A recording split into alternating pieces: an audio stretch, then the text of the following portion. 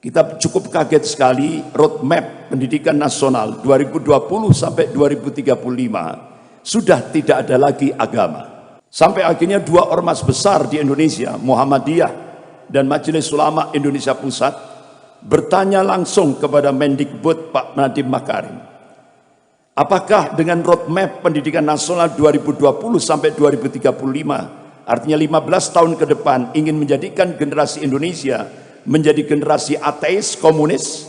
Tidak ada jawaban. Tapi akhirnya ujung-ujungnya muncullah sebuah peraturan pemerintah nomor 57 tahun 2021. Jadi standar pendidikan nasional sudah tidak ada lagi, yaitu mata pelajaran Pancasila dan bahasa Indonesia. Sudah dihapus. Bahkan Dirjen Kemendikbud mengeluarkan Kamus Sejarah Indonesia. Jadi sekarang Kamus Sejarah Indonesia tidak ada lagi tokoh-tokoh Islam seperti Muhammad Natsir, pencetus NKRI, itu sudah tidak ada lagi. Hadratus Syekh Hasyim Asy'ari sudah tidak ada lagi. Kiai Haji Wahid Hasyim dari Nahdlatul Ulama sudah tidak ada lagi. Kiai Haji Mudzakkir dari Muhammadiyah tidak ada lagi. Kiai Haji Agus Salim dari Serikat Islam sudah dihapus. Bahkan Buya Hamka sudah tidak ada lagi. Jadi yang dimunculkan Kamus Sejarah baru di Indonesia, yang dimunculkan oleh Dirjen Kemendikbud, ini justru DNID, tokoh-tokoh PKI dan beberapa tokoh-tokoh PKI yang lain. Inilah Kamus Sejarah Indonesia yang baru. Ini sangat membahayakan. Bahkan bapak-bapak, ibu yang dirahmati Allah, pakar-pakar seperti Profesor Salim Said, Guru Besar Ilmu Politik dan Ilmu Militer Universitas Indonesia, beliau memberikan statement di media. Jadi sekarang ini kader-kader komunis yang duduk di DPR RI, yang jumlahnya kurang lebih 200 lebih, sementara politisi Islam cuma 179. Nah, itu menurut Profesor Salim Said, mereka sekarang balas dendam dengan menggunakan kekuasaan, balas dendam terhadap kaum muslimin, Islam dan ulama. Kira-kira terasa enggak itu? Terasa sekali.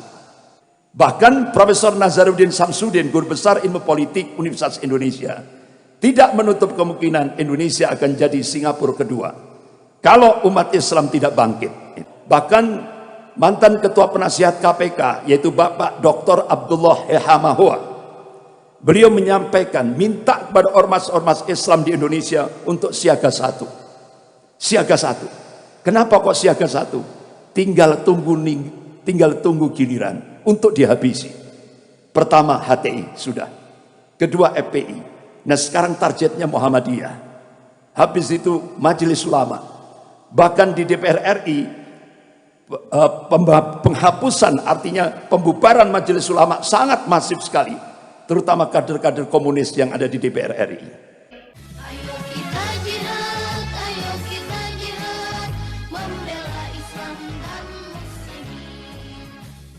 Ma'asyiral muslimin, jamaah subuh rahimakumullah. Problematika umat kontemporer, terlebih ketika kita mencoba untuk melihat potret Indonesia kekinian. Saat Indonesia berubah kiblat ke Cina, ada dampak, ada implikasi Polisos Hankam. Itu yang disampaikan oleh Staf Panglima TNI, yaitu Bapak Mayor Jenderal Aditya Warmantoha di Masjid Al-Azhar, Jakarta Selatan. Ma'asyiral muslimin, jamaah subuh rahimakumullah. Saat kita melihat Indonesia sekarang ini dalam posisi dilematis, saat bahkan ada sebuah nota diplomatik dengan kode referensi Beijing 1448. Di dalamnya isinya Kementerian Luar Negeri Cina dan Kementerian Luar Negeri Amerika sepakat untuk melakukan akselerasi, yaitu percepatan untuk menjadikan Indonesia menjadi sebuah negara sekuler. Dan ini kebalikan dari apa yang ada di Turki. Kalau di Turki dalam waktu 50 tahun berubah dari sekuler ekstrim menjadi Islami yang digerakkan oleh Presiden Turki Tayyip Erdogan. Bahkan beberapa tokoh-tokoh nasional dari Indonesia, salah satu di antaranya Profesor Didin Hafidudin, Rektor Ibnu Khaldun Bogor, terbang ke Istanbul, Turki, mencoba untuk bertanya langsung kepada Presiden Turki Tayyip Erdogan, apa kiat rahasia untuk merubah Turki dari sekuler ekstrim menjadi Islami. Ternyata ada tiga yang digerakkan oleh Presiden Turki Tayyip Erdogan. Yang pertama, gerakan sholat subuh berjamaah. Kemudian yang kedua, gerakan zakat, infak, dan sedekah. Kemudian yang ketiga, yaitu menyambung silaturahim, membangun silaturahim antara umara dan ulama, antara ormas-ormas Islam, tokoh-tokoh Islam, aktivis-aktivis Islam. Sehingga dalam waktu 50 tahun Turki berubah dari sekuler ekstrim menjadi Islami. Bahkan Turki sangat disegani di seluruh dunia sekarang ini. Beda dari Turki yang dulu. Tapi ketika kita melihat potret Indonesia kekinian, ini kebalikan dari Turki. Dari Islami akan dijadikan menjadi sekuler.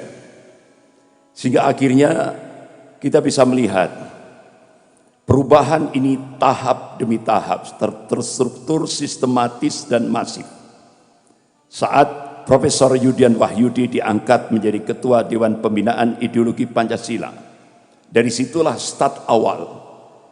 Keluarlah sebuah statement, agama musuh terbesar Pancasila.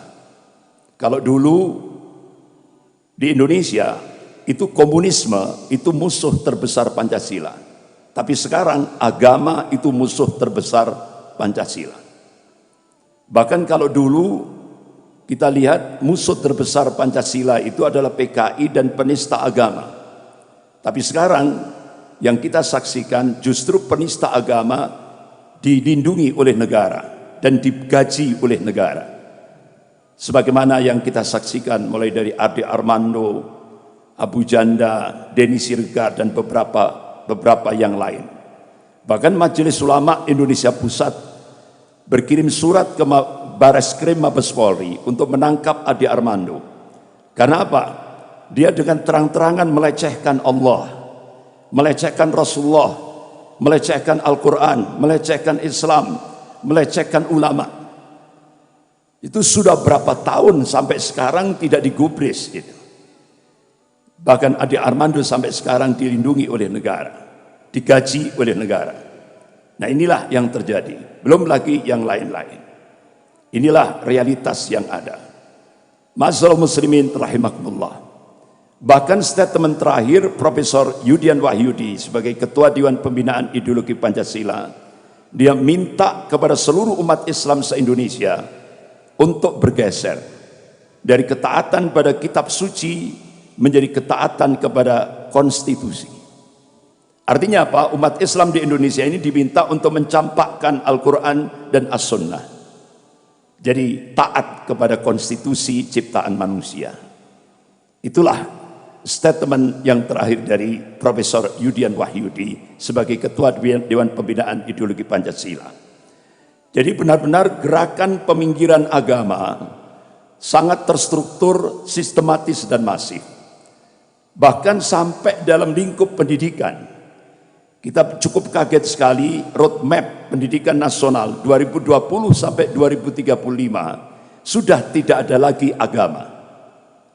Sampai akhirnya dua ormas besar di Indonesia, Muhammadiyah dan Majelis Ulama Indonesia Pusat, bertanya langsung kepada Mendikbud Pak Nadiem Makarim, apakah dengan roadmap pendidikan nasional 2020 sampai